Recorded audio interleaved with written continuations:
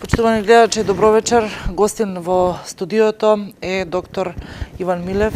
Докторе, добро вечер. Детски кардиохирург. Ние веќе од претходно се знаеме, долгогодишна соработка со вас, но еве во едно друго издание вечер. Добро вечер, ви благодарам на поканата. Само една мала исправка, јас сум се уште кардиолог. Кардиолог. Добро, докторе. Како што и кажав, ние веќе се знаеме, веќе имаме работено со вас на одредени теми, но вечерва сте гостин во Канал Вис од една друга перспектива, затоа што веќе во Штип работите самостојно и работите секако со кардиологијата.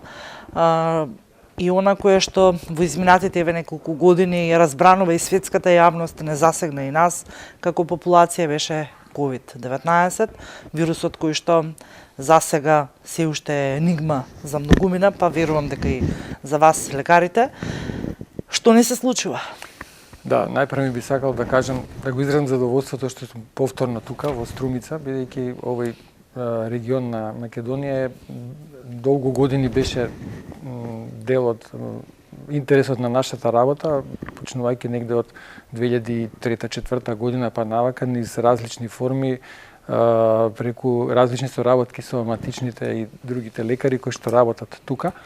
Значи, повторно се гледаме во Струмица и мислам дека тука во натаму може да се направи една добра соработка пред се за пациентите кои што имаат потреба од кардиологија, кардиоваскуларни проблеми, возрастни и деца. Кога зборуваме за ковидот, може да се каже дека пандемијата веројатно конечно ќе заврши официјално, иако реално и заврши веќе пред неколку месеци. Остави зад себе големи нејасноти, потешкоти, пустош можам да кажам. Како што каже еден мој професор, ќе заврши медицинската пандемија, но ќе остави пандемија на сиромаштија. И последиците од ковидот ние од медицински аспект се уште ги гледаме и ќе ги гледаме и се уште не се најјасни. Во кој смисол зборувам тоа? Прво бројките дека нели ковидот заврши со негде околу 6 милиони 800 илјади жртви на глобално ниво. Ако земеме дека пандемијата на грип во 1920 година убила околу 20 милиони луѓе, сепак оваа пандемија беше со помал морталитет од таа последната пандемија од инфлуенца во 1920 година во минатиот век. Во Македонија официјално бројките се дека почина негде околу 10 до 11 илјади луѓе. Сега тука одвишната смртност не ја кажуваме, тоа е она бројка на луѓе кои што починале од нејасни причини, луѓе кои што имале последици од ковидот, луѓе кои што не стигнале до медицински здравствен систем заради нели тие локдауни што ги имавме, кај што имаше депресија на услугите, карантини и така натаму и така натаму.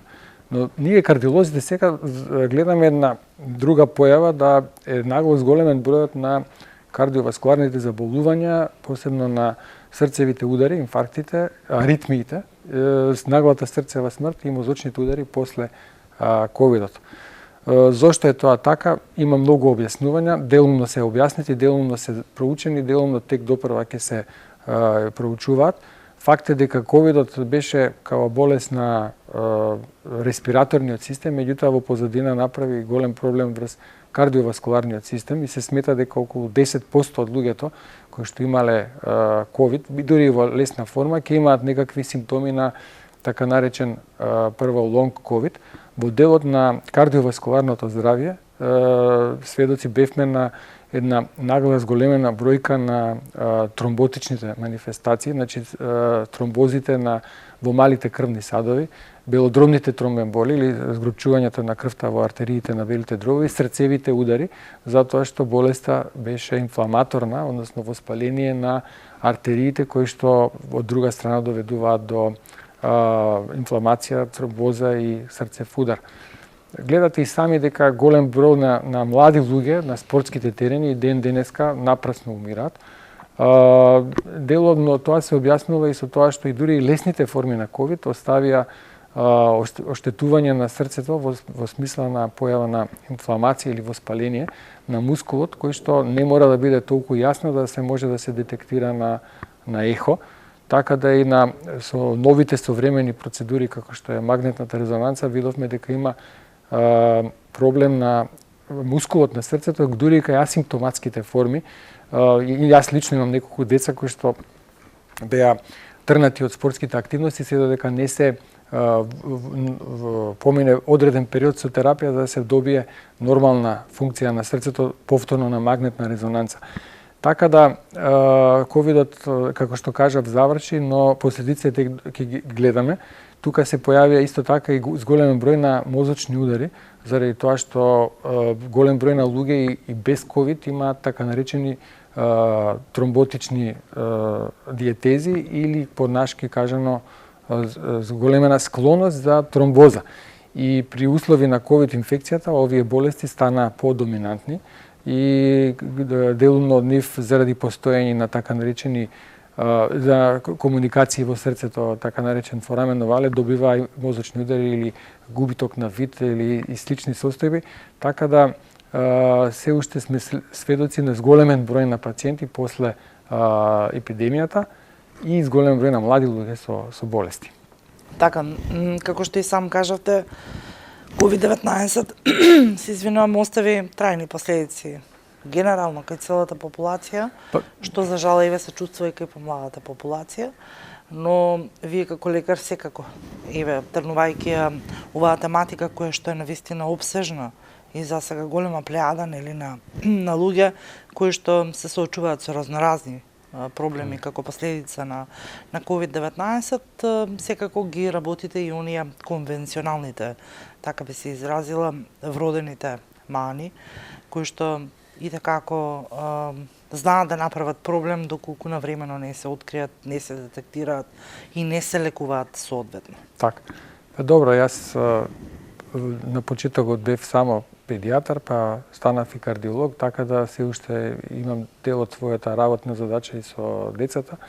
И кај децата во детската кардиологија, најголем дел од детската кардиологија отпаѓа на тие вродени срцеви мани.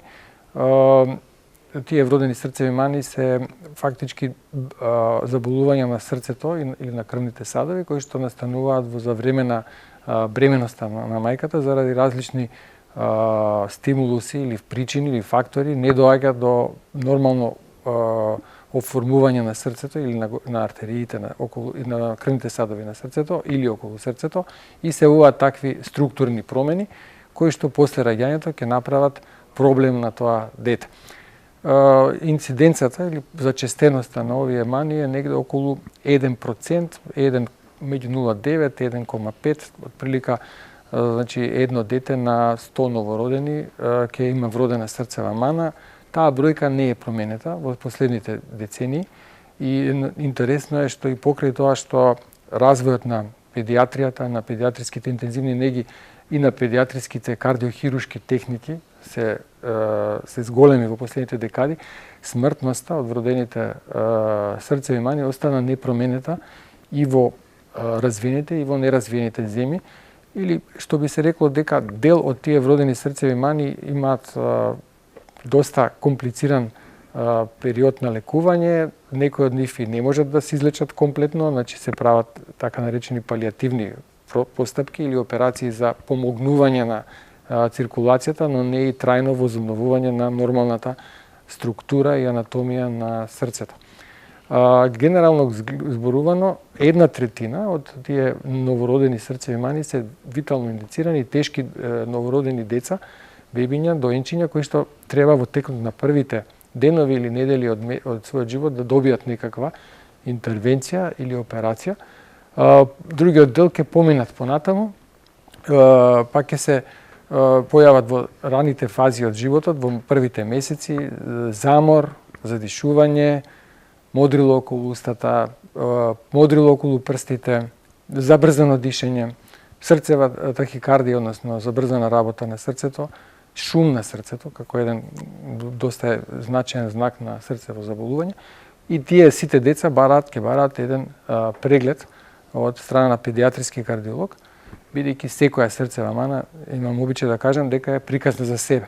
Значи, немаме две исти мани, бидејќи немаме две исти срца. Тоа се само типови на мани, но не се тоа исти мани кај, односно, во однос на димензии, во однос на ефект што го има таа мана врз детето. Дел од тие срцеви мани ќе бидат третирани во текот на првата година, најчесто, кај тие што се подсериозни. Одреден дел ќе можат да добијат само интервенција, односно интервенција со помош на катетер, односно веќе во 2020 година направив 20 години од првата интервенција на вродени срцеви мани. Во 2002 година во тогашната болница Филип II беше направена во декември месец првата затварање на дупка во срцето со чадрче и интервенција на валвулата. Значи веќе 2 децении тоа се работи во Македонија. И дел од нив ќе добијат операција на срцето во кардиохируршки специализиран центар. Так. Одреден дел од тие деца ќе пораснат.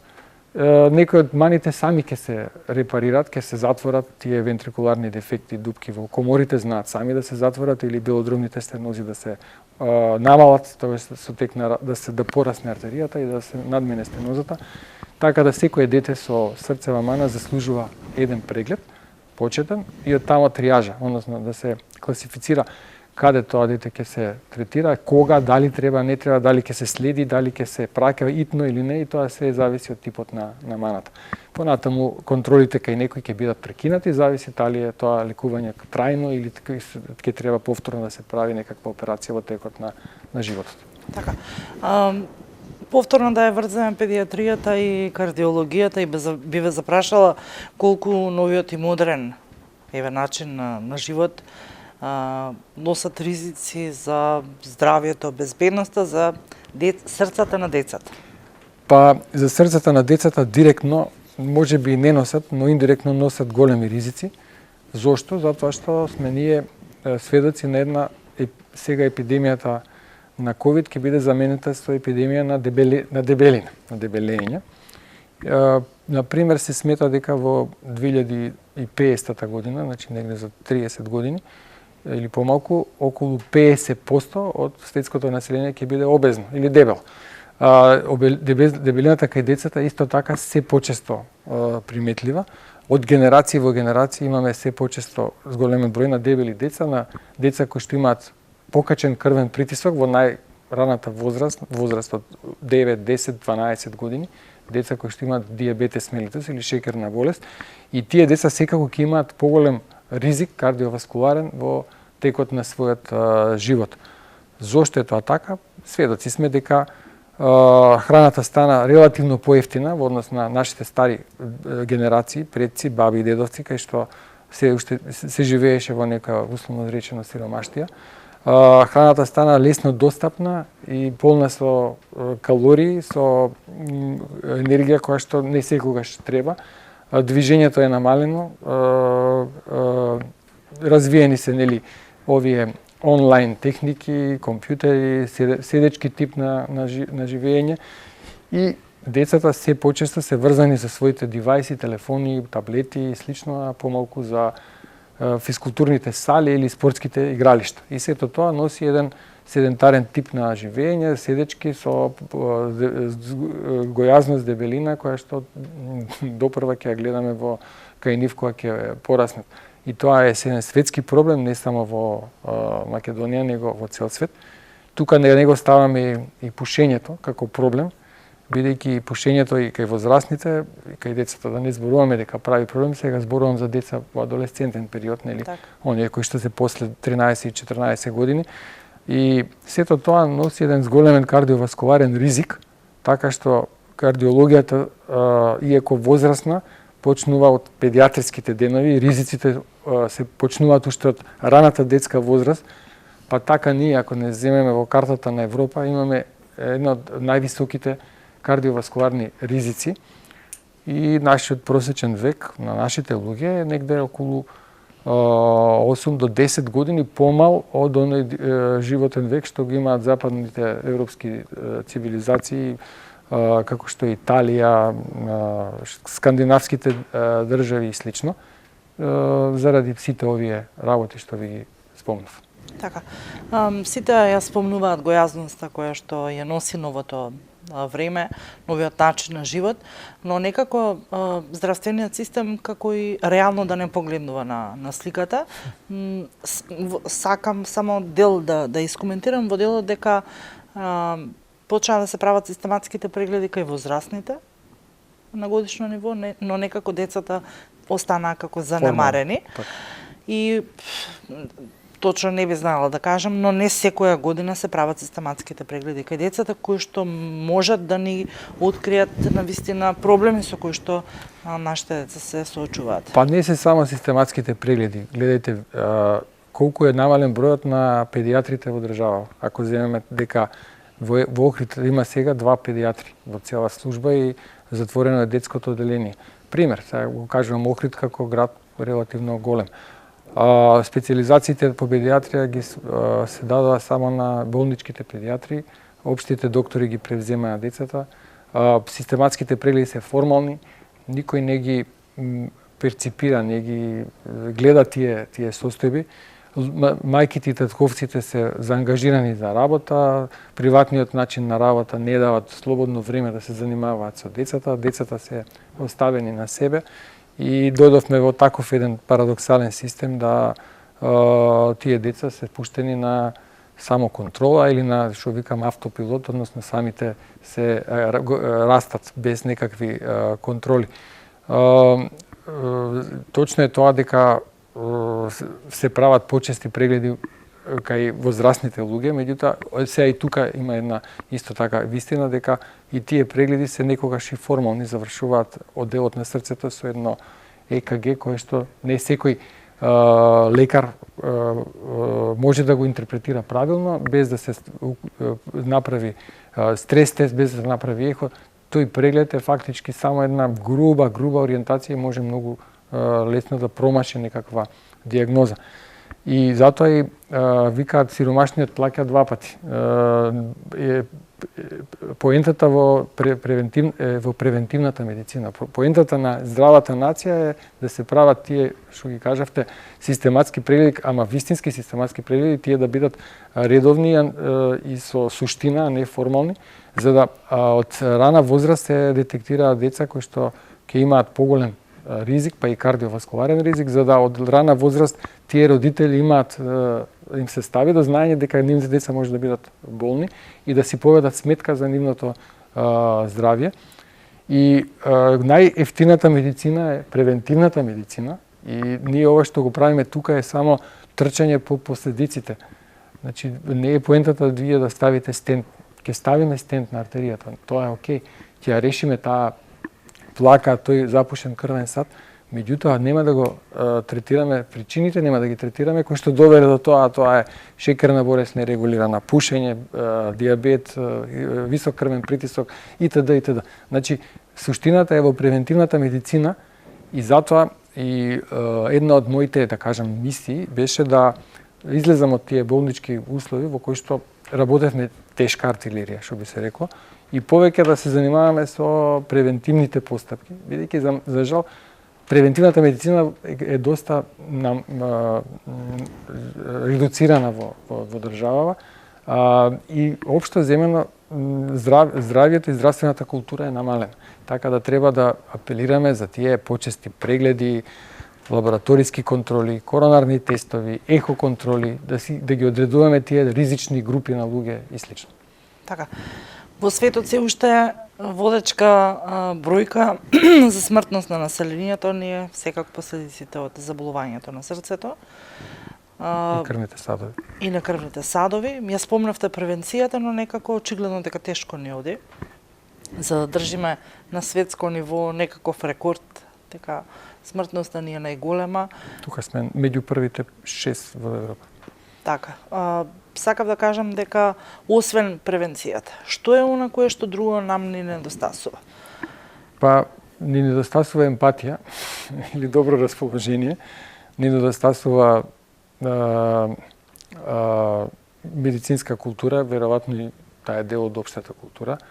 Ни недостасува физичка активност, ни недостасуваат спортските надпревари, ни недостасуваат планинарските друштва во фирмите како што ги имаше порано, ни недостасуваат општинските надпревари по фудбал, кошарка, одбојка, ни недостасуваат детските игралишта. Значи сето тоа ни недостасува, бидејќи сега како доаѓа времето, не би сакал да влегувам во политиката, но генерално луѓето се занимаваат со градење на станови, на куќи, на згради, не се занимаваат со градење на детски игралишта или се занимаваат, но може би не доволно колку што би требало да биде. Карикирам тоа, го кажувам само како пример. Ни недостасува поголема едукација, може би да се тоа почне уште во раната возраст во основните училишта, да се има предавање за исхраната, да се знае што се тоа калории, да се знае што значи да на детето му дадете да изеде една 100 грама чоколада на оброк, или пак да го скокне оброкот или да го замени со со хамбургер. Мислам, такви некои работи кои што ги има и во западните држави, и тоа не е, да кажам, нешто прескапо. Например, во Германија во училиштето има корпи со овоше, со јаболки. Ние имавме јаболки во Ресен без пласман, ги фрливме, например.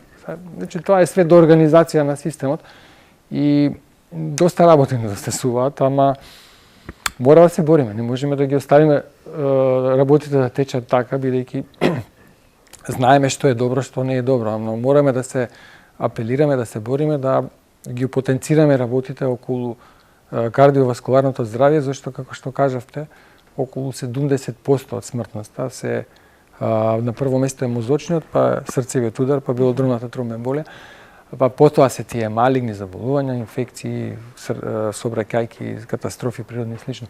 Така да кардиоваскуларниот здравје ќе биде уште долгу години унапред актуелно и превентивната медицина ќе биде актуелна.